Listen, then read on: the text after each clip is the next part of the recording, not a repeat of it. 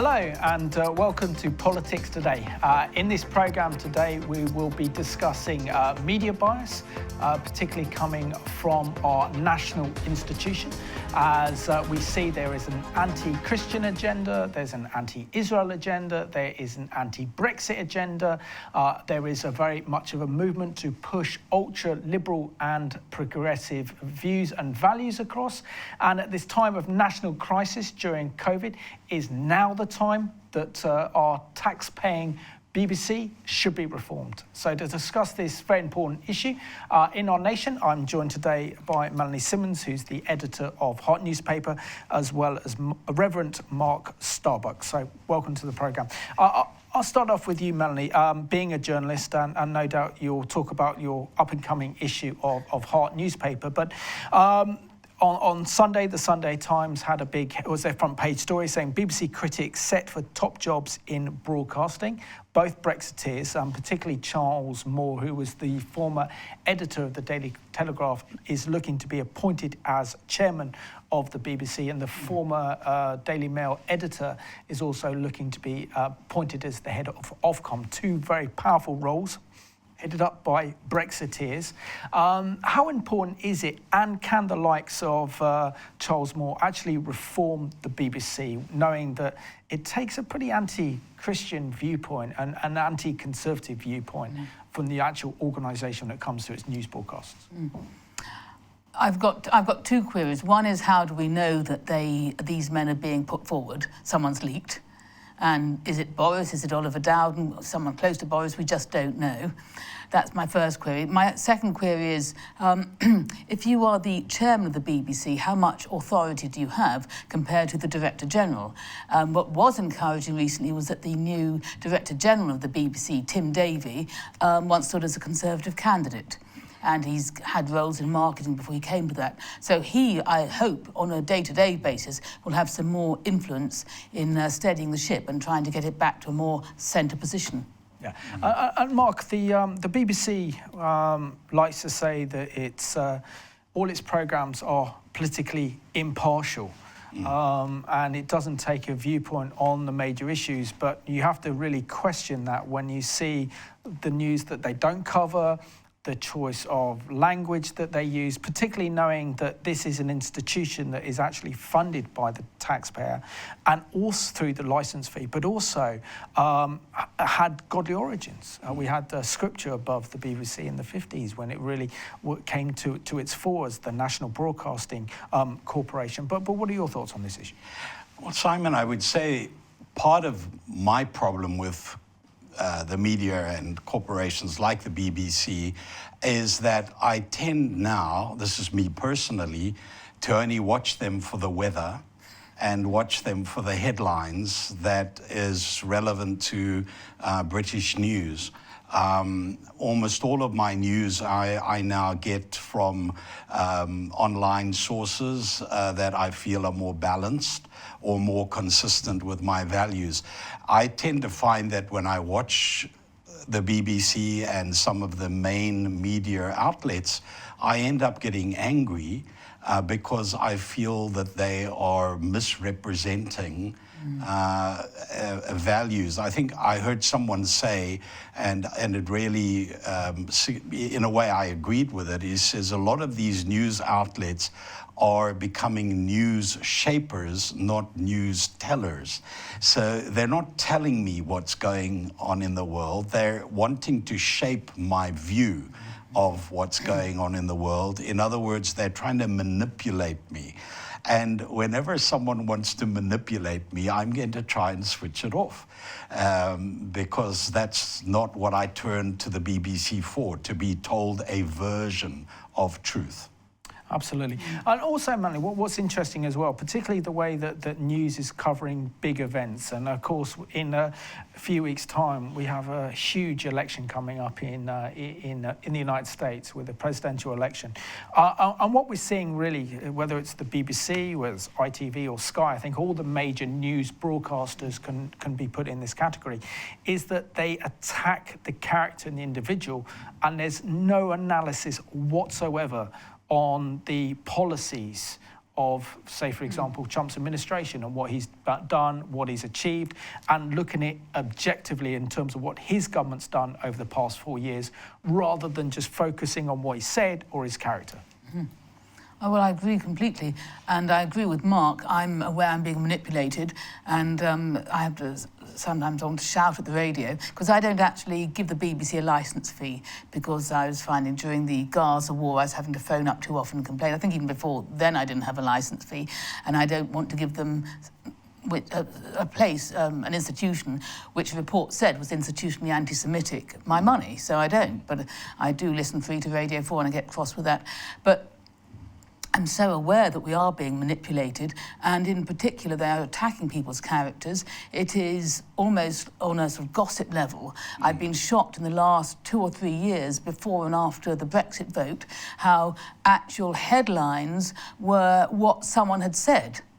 And that's sort of on the level of Facebook and social media. That's not a proper headline. A headline is, there was an earthquake, or, you know, the government has fallen, or something like that. But so-and-so said this about so-and-so. That has become the headline. And it's become very, very insular and disappointing. But also, do you think as well, and this is an important point to make, Mark, is do you think that our journalists and our news corporations have lost respect for those in power and authority? Because whether you like Boris Johnson or not, he's our Prime Minister. It's a position of unprecedented power. He is essentially the political figurehead for our nation. And when we see interviews with ministers as well, they are ruthless in trying to cut them down, not allow them to say what they want to say. And I understand it a little bit, having interviewed political figures before, that you need to be on your ball when it comes to interviewing them, but just being absolutely aggressive, having no kind of respect for the position they hold or the difficult job they hold, and trying to raise their own profile up in the interview rather than actually getting an understanding of government policy, whether it's Brexit or whether it's COVID. Well, Simon, rather than, although I will make a comment about what you've asked, I think there is a bigger issue here. And the bigger issue to me is, am I allowed to have a different opinion? Am I allowed to have a different worldview? Am I allowed to have a different perspective? You know, when I last looked, one of our freedoms was the freedom of speech. The freedom of speech implies a freedom of thought, that I am allowed to have an opinion on something. And I find now that we are being constrained because we can no longer speak what we think. We can no longer give our opinion, because if we happen to have a different viewpoint to those, say, who are busy with some type of social justice agenda, and we happen to have a different perspective on what's going on, well, we'll get cancelled, or we'll get exposed, we'll get threatened, our home address will be given, and we'll have people coming outside our home and beating a drum at 3 in the morning. And I find that type of unreasonable, unfair, very hostile approach to people with different viewpoints is now, where it might have been a hidden thing before, it's now really out there. It's quite overt. So I sometimes feel that when you have guys like Boris and some of the other politicians who may have a particular viewpoint, that they get personally attacked. They get personally, as it were, humiliated. And I feel that that's so unfair, because they will do it to some people. But when somebody else who's part of their gang makes a bit of a blooper, and we can see this in America, the way that they're attacking Trump about his tax records and stuff like that. But on the same day that that article was released in the New York Times, the Senate released all of the stuff about Biden and Hunter and all of the stuff that was going on there, and not a word was mentioned, you see. So it's a selective morality. And isn't there a danger, Melanie, when it comes to kind of big institutions, that Christians are finding themselves increasingly marginalised by today's media agenda. In other words, we aren't part of that liberal and ultra-progressive agenda that the government is wanting to push through, our society is wanting to push it through, our media is wanting to push it through. So is there a place for Bible-believing Christians in the BBC? And knowing a few Christian BBC journalists, they don't have an easy time in the corporation. Well, I'm not an insider, I wouldn't know. I imagine it would be quite hard because the agenda that's pushed all the time, whether it's in is in dramas or documentaries, it's always more increasingly alternative lifestyles, which a lot of everyday viewers wouldn't identify with. That's the sad thing.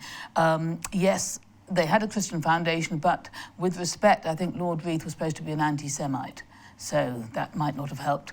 But yes, Bible-believing Christians are deliberately made to look as if they are out of step, and this is something we've got to watch against.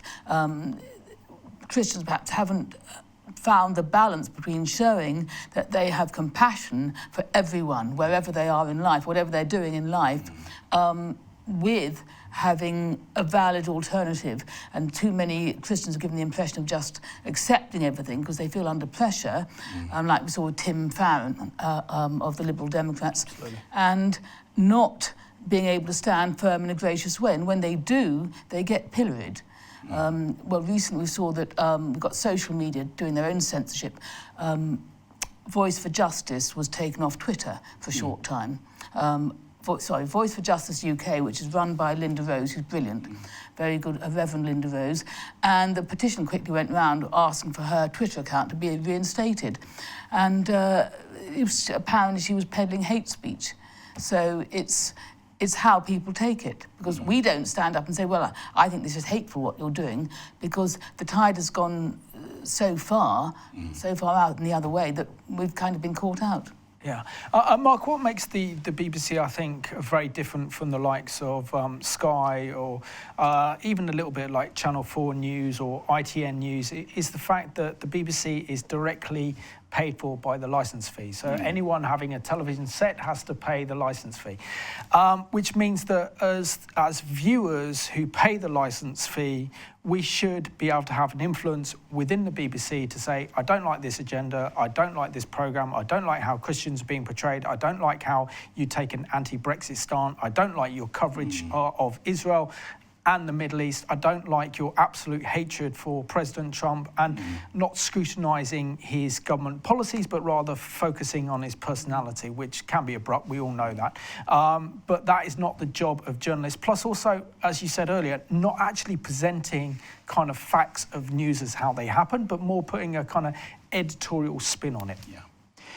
I mean, it's a very difficult thing to have a national broadcaster where you are not getting support or income from advertising. So it is a fine balance, and I don't want to necessarily get involved in whether we should be paying licenses or not. But if I am going to pay a license and I'm obliged to do it, in other words, I have no choice. If I want to watch the weather or turn on to the news headlines, I have to pay a license. Well, then I would at least expect it to be honest. I would at least expect it to be good journalism, that in fact there's a high standard, whereas in so many instances it's clear to me that somebody hasn't even Googled this. They haven't even got the proper facts, and that in fact some of the basic fundamentals of some of what they're talking about, whether it's Israel, which is very often the case, they haven't actually even established what really happened. I remember when the Intifada, what was it, the second or third Intifada was starting, and there was this incident with someone attacking a person, and the headline, I'm not sure whether it was BBC or someone else, said, boy gets shot for attacking Israeli soldier. Mohammed al-Dura. Was that it? And then suddenly, you know, the photo was shown, he had a knife in his hands, or there was something, there was a context to to it. So we are being fed information that doesn't even have a proper presentation. And that's what I don't like. I don't like, it's a bit like the problem that we're having with sport now, where someone turns on his television to watch a Formula One race or basketball, and the first message they get presented with is a political one. Well, you didn't tune on to basketball to get a political message. You tuned on to watch a basketball game. And I think the reaction that some of these sport industries are getting is actually telling the story. They are losing by the thousands viewers, because viewers say, I don't want you to tell me what my politics should be. And I think that's where we are with a lot of these corporations, is that they just need to get back to being news tellers and news reporters and good producers of good content that has family values and good quality to it. And I think everyone will be very happy. Absolutely. And Melanie, what's also interesting as well when it comes to the kind of coverage of news, that news is often out of context. They don't explain the historical circumstances, they don't take two sides, or if they do show the other side argument is attacked. And it's also usually very powerfully, emotionally driven arguments rather than actually looking at facts on the ground to explain the other point of view, which means that this then does create in people's eyes and reception who've seen it a kind of bias to certain subjects, whether it's Israel, whether it's Brexit, or whether it's to a Conservative government, or whether it's to President Trump, which is kind of dangerous because you're not allowing the viewer to make up their own mind. You're almost telling them how they should think and what their view should be on that particular point. Yes, well, apparently the CIA said that the BBC was the most sophisticated propaganda organisation in the world, and they should know, because the CIA is supposed to have people planted everywhere. But I agree with Mark when he said about the way they report on Israel. There are these givens which should be challenged. I frequently phone up when they're always saying that the West Bank is illegal under international law, and it's not international law because it's a UN resolution, but they don't, as Mark said, they don't bother to check that. It's inaccurate. And in terms of the position which is taken, it reminds me of some kind of sixth form debate sometimes. There's a self-righteousness that we all know we're on the right side. I remember when I was a student, there were certain givens, the ways you were supposed to think about things, South Africa or whatever it was at that time, a long time ago. And so they have this position, and I've heard anecdotally that when a journalist went to the BBC and he was told, he was given a copy of a certain newspaper, which was not Paul Dacre's or Charles Moore's, or Andrew Neil for that matter. He was also mooted, but apparently turned it down. He's setting up his own channel with Nigel Farage, which will be great. And he was given this newspaper and said, this is the only newspaper you'll need. And that was their position. Mark, and looking at the way that we are Revelation TV, we're on Sky platform, and so many different apps like Apple TV and others. And if you've got a Samsung phone, Samsung TV, you can watch it on there. You can download it, watch it on your phone. I mean, now to actually watch television is so multi-platform. Yeah. And the level playing field with all the money that you needed before to be like the BBC or ITV, we've got a level playing field now that we never had before. And so there's so much diversity, and you only have to go on Sky to realise there's like 1,000+ channels, for example. I'm not even talking about Virgin Media and also BT as well, that gives so much variety for people. And we also see that millennials don't even watch television anymore. So is the licence fee now outdated? And can Charles Moore, the former editor of the Daily Telegraph, actually be able to reform the BBC so it gives more balance, it gives more of a conservative Christian viewpoint, together with their own liberal, progressive viewpoints as well? Look, I think it's fair to say if this is a national broadcaster, I wouldn't expect it to be TBN or to be a Christian broadcasting channel. That wouldn't be appropriate. But do find myself, as I mentioned earlier on, I go to the BBC less and less. If I need the weather, I have a weather app. You know, if I need to get a summary of the news that's happening, I'd probably get that online. So I do find myself wondering why I need to then pay a monthly or quarterly or annual license fee for a service that I don't really use. But I'm obliged to do that. So I do think that it is going to be useful to have the decriminalizing of the license fee. I think those who maybe don't make as much use of the BBC, I don't think that if they happen to tune in once or twice a month to access something, that they should then be criminalized for that. So that's just my personal opinion.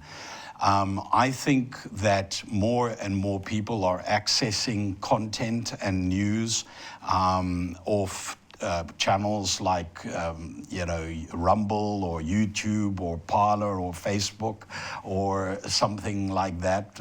And certainly I would tend to get most of my information from those sources. So I think the way in which people access news is changing. Absolutely. And I think the industry, the media industry, is going to become increasingly irrelevant. And, you know, when you have moments, as happened yesterday, I think it was with CNN, they cut to their reporter standing on the steps of the United States Supreme Court, and there was a whole bunch of people behind them shouting, "Fake news, fake news, fake news," and eventually they had to sort of cut the interview. And when you have people sort of, again, I'm not sure if it was CNN or one of the other, saying it's been largely a peaceful protest and there are buildings on fire behind it, you know. Yeah. And you sort of think to yourself, who are you trying to lie to or kid, you know? Are we stupid? Absolutely. Melanie, I think we also have to give the BBC a lot of credit, because when it comes to big anniversary events, whether it was back in May for the 75th anniversary of V-Day, for example, yeah, or events of national significance and importance, there is no other corporation or no other news network or TV network that does such a good job as the BBC, and I think that has to be acknowledged. When they, when it's all very formal, like a royal wedding or something else, then the BBC plays an incredible role in doing that. So I think firstly we have to acknowledge that. But there is talk of a new conservative TV channel being launched very soon. Do you think this is something the BBC could fear, and do you think this is something that Christians could turn into? I think they could fear it, because there's been lots and lots of older viewers who would happily turn to a conservative channel. Loads of them. The sort of people who read my paper and all the decent-minded people across the nation, because if you think about what I was thinking when Mark was talking about the BBC and paying them a licence fee, what I've never understood is why do they feel they have to compete with ITV or the other channels in their dramas, in their, say, the big 9 o'clock on a Sunday night slot. Why do they have to put something against it? Why are they competing? If they've got their money coming from the licence payers, why don't they just put on a nature programme or something and let the ITV carry on with Downton, which most of the nation's going to watch, or whatever's going on? Why do they have to compete also in terms of vulgarity, which is upsetting and pointless and unpleasant, and it's supposed to be a family channel. So they would be much better off putting on more, as Mark said, more family viewing. And I wouldn't mind paying a licence fee if they were the sort of the guardian of the nation's moral values, if they showed family-minded things, things which you wouldn't blush to see in mixed company, if they were going to cover the royal family and things like Parliament respectfully, yes, there is a role for that, because that is the value for them. They've sort of gone downhill when they've tried to directly compete and become more commercial, I think. Mark, we're down to the last 3.5 minutes or so. So, as Christians, knowing the incredible power and influence of of a big brand like the BBC, and the BBC as a corporation, as a news network, as an entertainer. How should, as Christians, should we engage with such an organisation from a Christian perspective? And also, how can we give our voice to say that, you know, a big corporation like this needs to give a voice or reflection on Christians, and really Songs of Praise doesn't cut it, showing it at like a lunchtime and cutting it from its 5 p.m. slot to one slot, so less and less people can watch it. I mean, it's a very powerful question, and I think you put a point, or made a point earlier on, about can Christians influence corporations like this? And I suppose it goes to the whole notion of, should Christians be withdrawing from secular environments? And I don't think they should. I think we need to be realistic. We can't turn the world around us into a Christian world. That's why we say, thy kingdom come, thy will be done. And there is that dimension of the future. But I don't think that we should be allowing ourselves to be silenced. And this is the problem, that we are being intimidated. We can no longer speak about certain issues because the reaction that we'll get is so violent and so aggressive that we'll be cancelled. And so we're being almost terrorized to withdraw. And I think that this is important. I remember the words that the Lord spoke to Joshua: every foot, yet a place on which your foot will tread, I will give it to you. And I think there is a need for Christian teachers. There's a need for Christian politicians. There's a need for Christian people of significance to be there and to be faithful to their Christian witness. Amen. Let's down to about a minute and a half, Melanie. So you play an important role in the media with your newspaper, Heart newspaper, which gives a kind of Christian perspective on the news and gives Christians a voice. For our viewers who haven't heard of Melanie's newspaper or don't actually get it, how can they actually get it? There you go. I'm plugging in newspaper. Oh, thank you. Well, perhaps the website will come up. There it is. And you can also phone the office 01903 Worthing 209 383 to order a copy. And happy to send the papers out. We send them out to loads of churches. But I just want to say a final thing actually about the BBC. I think that during the whole COVID thing, they've actually followed the government's line. And I thought, why are they slavishly reporting all the measures not contradicting it? And I thought to myself, because they want to keep their licence fee, so they're being a voice for the government. Melanie and Mark, thank you so much for being my guests on Politics Today. And I want to thank you for watching today's programme. It's so important that you support Christian media, because it gives us a voice, it gives you a voice, and it gives us a different narrative than the one we hear from our secular media that pushes a very liberal, progressive agenda. And of course, we want to uphold the Bible and want to uphold biblical values. So I want to thank you for watching Politics Today.